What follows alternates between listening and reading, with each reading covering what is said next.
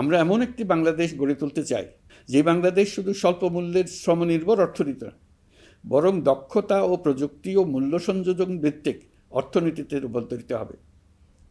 তবে আমি স্পষ্টভাবে বলতে চাই, এই সম্ভাবনা বাস্তবে রূপান্তরিত হলে 3টি বিষয়ের কোনো বিকল্প নেই: শিক্ষা, প্রশিক্ষণ এবং সততা। অতীতে রাষ্ট্রীয় ব্যবস্থাপনায় সীমাহীন দুর্নীতি, অসততা, অনিয়ম ও জালিয়াতিকে উৎসাহিত করা হয়েছিল। সেই সংস্কৃতি আমাদের পেছনে টেনে রেখেছিল, আমাদের বিশ্বাসযোগ্যতা ক্ষুণ্ণ করেছিল। নতুন বাংলাদেশকে সেই পথ থেকে সরে আসতে হবে। আমাদেরকে প্রতিজ্ঞাবদ্ধ হতে হবে নিয়ম মানায়, প্রতিশ্রুতি রক্ষা, মান বজায় রাখা, রাষ্ট্রের প্রতিটি স্তরকে দুর্নীতিমুক্ত করায়, স্বচ্ছতা ও দায়বদ্ধতা নিশ্চিত করা। প্রিয় দেশবাসী, আমরা শূন্য থেকে শুরু করিনি, শুরু করেছি মাইনাস থেকে। ধ্বংসস্তূপ পরিষ্কার করে, প্রতিষ্ঠান দাঁড় করিয়ে তারপরে সংস্কারের পথ ধরেছে।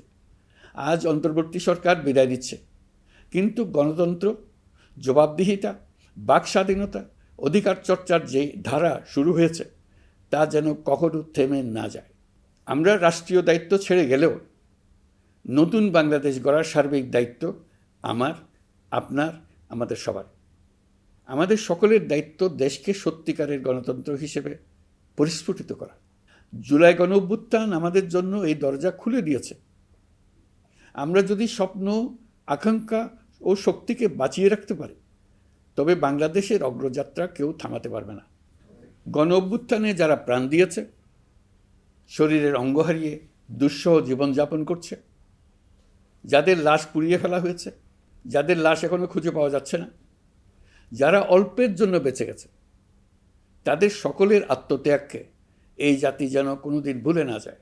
প্রতিটি রাষ্ট্রীয় সিদ্ধান্ত গ্রহণে আমরা যেন তাদের ছবি মনে রেখে সিদ্ধান্ত নিই।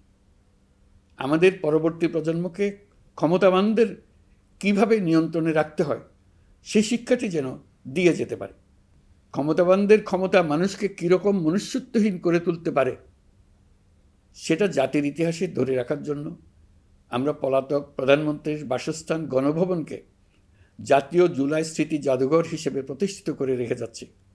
এখানে আপনাদের স্মৃতির বাস্তব নমুনা সংরক্ষণ করে রাখা হয়েছে। জাদুঘর যখন জনসাধারণের জন্য খুলে দেওয়া হবে, তখন আপনি যেখানেই থাকুন, দেশে থাকুন, বিদেশে থাকুন, আমি অনুরোধ করব আপনি সপরিবারে একবার এসে কিছুক্ষণ জাদুঘরে কাটিয়ে যাবেন। প্রিয় দেশবাসী, আসুন আমরা এমন একটি বাংলাদেশ গড়ি যেখানে সম্ভাবনা সীমাহীন আর স্বপ্নের কোনো সীমানা নেই। গত 18 মাসে ক্রমান্বয়ে এদেশের মানুষের মধ্যে গণতন্ত্র, একটি কল্যাণমূলক শাসন ব্যবস্থা, বাক স্বাধীনতা, ক্ষমতাকে প্রশ্ন করতে পারা, সমালোচনা করতে পারা, জবাবদিহিতায় আনতে পারার যে চর্চা শুরু হলো, উৎসবমুখর পরিবেশে নির্বাচন আয়োজন করে জনগণের অধিকার নিশ্চিত হলো, এই ধারা যেন কোনো রকমেই হাতছাড়া হয়ে না যায়।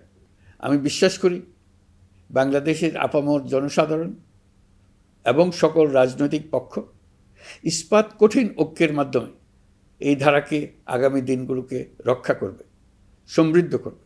অধিকারের বিষয়ে, দেশের স্বাধীনতা সার্বভৌমত্বের বিষয়ে পরবর্তী প্রজন্মের জন্য একটি সুন্দর বাংলাদেশ গড়ে তোলার প্রত্যয়ে দৃঢ় থাকতে হবে।